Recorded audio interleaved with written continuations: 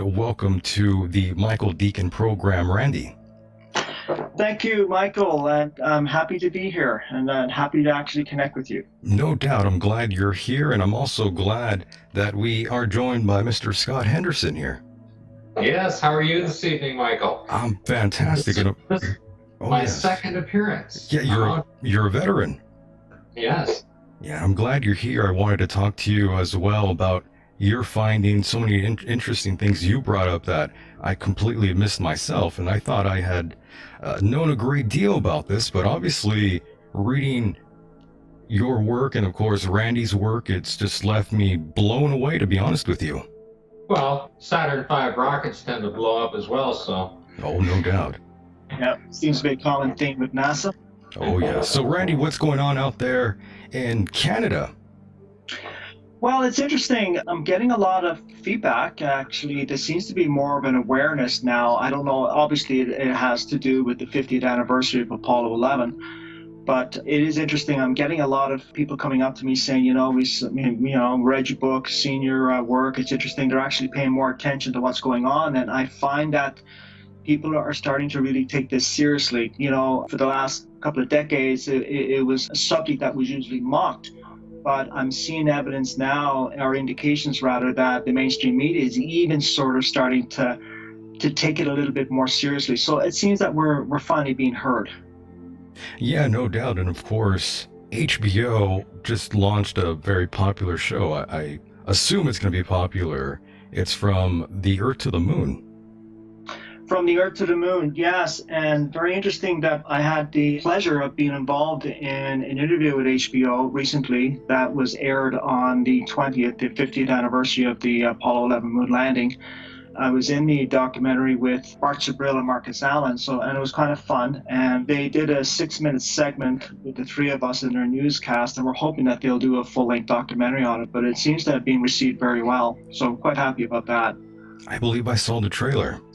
Yeah, and it was quite a fascinating experience. They had flown a camera crew up here from New York, and they interviewed me for 2 hours. They interviewed Bart Sabrill and Marcus Allen for 2 hours each. So they have about 6 hours of footage, and we're hoping that they will I think they will, but I think they're probably holding back to see the response that we're going to get. But so far, the response has been overwhelmingly good. So we'll see what happens with that. But just the bottom line is, it just seems that people are finally taking this a lot more seriously. It almost seems like history is repeating itself yet again. Yeah, exactly. Yes, well, keep that in mind, folks. We'll round the base yet again, and this sort of repeating of history, it'll come back up here. And of course, you are the author of the very popular book, The Apollo Moon Mission's Hoax, or Hiding a Hoax, in plain sight, rather. And I've been reading it, and I thank you for sending me a copy, and I like the autograph as well. Oh, you're welcome. You're very welcome. And I was certainly happy to send you a copy, and I'm glad that you've had a chance to go through it. And it has been received very well. Inevitably, you're going to get negative comments, but that's going to go with a subject such as this. It is a controversial subject, and it's very difficult. I understand that people have a difficult time believing in this. I mean, I was there too. I remember watching the Apollo moon landing live. I was actually I was a small child in school, and I remember watching this live. And so I grew up believing in the Apollo missions. I was inspired by it, and it had an enormous positive effect on my life at that time. And to finally realize that, wow, we've been conned, it's not easy to accept, and I can understand people's anger when you tell them this. So, inevitably you're going to get that, but overall it's been received quite well. Yes, the Apollo Moon Mission's Hiding a Hoax, in plain sight, Part 1. That's what I missed there. I knew there was a Part 1 somewhere. Yes, Part 1, and Part 2 will be out early next year. Very nice. And how long did it take you to write the first part? Yeah, a bit of a story with that. This actually started about 20 years ago when I just came home from work one evening, and as usual, back then it was click on the TV. It wasn't, remote controls were still, fairly new. But anyway, clicked on the TV, and there was a documentary on. And it involved one of the Apollo missions, and they were talking about navigating back to Earth from the moon, and they were talking about the slingshot effect. And I knew right away that they were talking about Apollo 13. And I remember it was the commander, Jim Lovell, and he was talking about, how he was saying to one of his colleagues now, when he fires the engine, remember to keep the Earth within a grid pattern on the lunar module window. Now, that scene was actually duplicated in the movie Apollo 13, Ron Howard's movie Apollo 13, but it wasn't exactly what happened in reality. The official version is that he was talking about keeping the Earth within a grid pattern through the optics. They just sort of sensationalized a little bit more in Apollo 13. But either way, it was, to me, I remember thinking at the time, it was a precarious way to be navigating 240,000 miles back to Earth. And I know at that time, I had already had a pilot's license, so I knew quite a bit about navigation techniques. And I was just thinking, well, that doesn't seem right to me. So I didn't really think much of it at the time, but it never really left me. And it was about maybe 8 years ago that I really started. I took another look at this, and I got involved in the reading and the research, and it kind of went from there. That's sort of how it started. Yeah, I find that very interesting because you're someone who you didn't even get into any of this at a young age. It came much later after you have matured and you got your license, but you definitely remember sitting down in a classroom back in 1969 watching this, and of course you give it no second thought, and much later on in life you see this and it really has you triggered. Yeah, and I remember the events very clearly back in 1969, and of course, we were in the same time zone as the Apollo missions in terms of their launch. And, it was in the morning, and I remember that we were all brought down, all the classrooms were brought down to the gymnasium. And it was really funny now when you look back at it, because back then we didn't have, plasma TV sets. We had a little black and white grainy TV in a corner of this huge gymnasium. And I remember looking at that and thinking, I didn't fully understand it at the time, but I had a sense of the significance of the importance of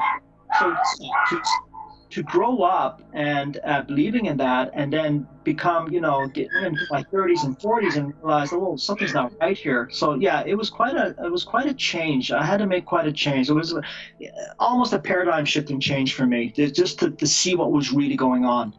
I was always inspired to become a pilot, but the NASA missions really sort of solidified that. Now, I knew I wasn't going to get into space. Yeah. The average person is not. But I thought, well, the next best thing is flying airplanes. And that's kind of really where it started. And sure, for me, for the first several decades of my life, was a very inspiring experience. No doubt. As a result of that. I can understand, too. Just think about how many people became cops solely because of the TV show Chips. Also, let's keep in mind that there's that and there's the reality of it. But sure, these shows can inspire people if they have a positive message, and some people are inspired by that and they do well. When I came up with the idea to write the book, there was two things I wanted to stay away from. The first one was the photos and film, for the simple reason that it's being written about, and it's being written about well, and Scott himself has done some really good work on this. So I stayed away from that aspect of it. And I wanted to actually scrutinize the Saturn V rocket, all components of the missions. In other words, the technology as a whole, to see if it was feasible for us to get there or not. And that's the approach that I wanted to take with this. And that's why I decided to stay away from the conspiratorial aspect. Now, look, just the mere subject, I'm going to be labeled a conspiracy theorist anyway. Yeah. I don't mind. People can label me anything they want. But read the book, and it's about the technology, and then decide for themselves. Yes, and Scott, by the way, what reeled you in, by the way? Well, every now and again you'd start to hear little bits and pieces about man landing on the moon, and you'd see little video clips and things like that. And just through a little surfing on the internet, I got a little curious and started to have a look. Understood, yeah. It didn't take very long between going, I'm listening to somebody and I don't know what videos they were exactly, and I'm going, well, that guy's, he's got to be crazy, right? And I thought I better have a look myself. I needed to find out for myself. And all of my research that I've been doing was basically for myself. And at a certain point in time, I decided I would share a little with Marcus Allen, actually, is who I was sharing my information with. And he said, "You got to get out there." He said, he encouraged me to go public with the information I had, because it was completely separate and different from anything else that was out there. Yes, and by the way, Marcus Allen, he's the owner of Nexus magazine, if I remember correctly. He's the publisher. Or publisher, okay. For UK. And Yes. Randy also is written up in Nexus magazine as well. Understood. And Randy, if I recall correctly, the F1 engines and its testing is what really caught your attention. Yeah, that's where I started. And just to give the listeners a little bit of background on the F1 engines, they were rated as the most powerful rocket engines ever built during the Apollo missions and after. They were actually, the program was canceled after the 1973 Skylab mission, when the Saturn V was used to launch Skylab into orbit. Now, without the F1 engines, there would not have been an Apollo moon landing. And the reason why that is, you needed the F1 engine's power to launch the Apollo payload into orbit. Now, when I say into orbit, I mean up to an altitude of about 40 miles. I mean, you have to project the rocket up to an altitude that it can then fire its second stage engines to reach an optimum orbit in order for a trajectory to the moon. And what I have noticed with the F1 engines is that I looked at the testing aspect of it, and I found it very questionable. And there's two aspects to testing. There's the static testing, and then there's the in-flight testing. And I found that there was virtually no in-flight testing of these engines at all. And I broke it down even further. And then I discovered more that there was constant problems with the F1 engines. Because when you're building an engine that big, you're getting into a lot of energy, a lot of resources, and you cannot sustain that. And there's a limit in terms of how far and how big they can build these engines. And that's really what started this research for me, was the all-powerful F1 engines, which turned out not to be all that powerful after all. Yeah, see, that's another thing that I sort of contemplated just a little bit about the rockets, and did we even have enough power behind those rockets to get us where we need to go? I always thought about that, but of course I'm not someone who understands anything about rockets, to be honest with you, of course. And that's also what makes you stand out as well, that you do have a background in aviation. And of course, specifically, it was the circumnavigation to the moon also that caught your attention and triggered you.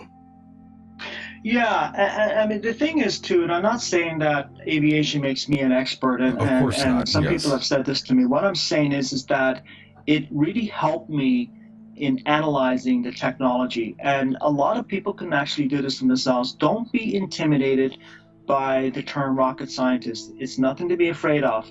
A lot of people, if they put their minds to it, can understand the concept of rocket technology and what's behind it and what's involved. And so I went from there, and yes, the navigation aspect was something that was just, it was incredible. When you actually look into how NASA says that they navigated to the moon and back, you sit there and you just shake your head and you just say, absolutely no way. That Apollo guidance computer couldn't even navigate in low Earth orbit, let alone to the moon and back. There was just no way it could be done. That was a fake computer. Yes, that's one thing I always as well questioned in terms of how we got there. The computers that we had during the time, they weren't powerful whatsoever, not back in 1969. No, they weren't. And actually, that has been talked about many times. So I actually looked at it from a different angle. I asked myself, okay, what was this computer capable of doing according to NASA? Well, I looked at what it was capable of doing. And if you read the literature carefully, NASA's actually telling you that this did not happen. The computer required crew interface for a lot of its functions. It was not what I would classify an autonomous computer. And you would really need an autonomous computer to fly. Now, they had this in unmanned spacecraft, so why didn't have this in the Apollo missions is beyond me. But they apparently did not, and it was not a computer that was capable of navigating itself. They would have to use a form of celestial navigation. So in other words, that meant taking star sightings through a telescope and then triangulating those star sightings and inputting that data into the computer, and then the computer would give a position fix. So this computer didn't navigate, it gave a position fix. Navigation is brought on by what they are claiming is that, direction and speed of the spacecraft. This computer did not maintain force and speed, which is why they had to do periodic checks along the way, which is just an absolute insane way for anybody to even think that they can navigate 240,000 miles to the moon and back. It's absolutely impossible. And I might add, using celestial navigation, which worked really well for ships sailing the seas for hundreds of years, is even then it was used as a position fix. It wasn't an accurate way of navigating. It worked well for them because they had maps to go by and they had, they're familiar with the territory. But we're talking about an area of space that was new to mankind back in 1969. I mean, it was a hostile environment. And you could be off by 1 degree off course, and you could be thousands of miles. And given the limited propellant that they had on board, they would have run out of fuel trying to correct to get themselves back on course. They would have been marooned in orbit for an eternity. It just did not happen.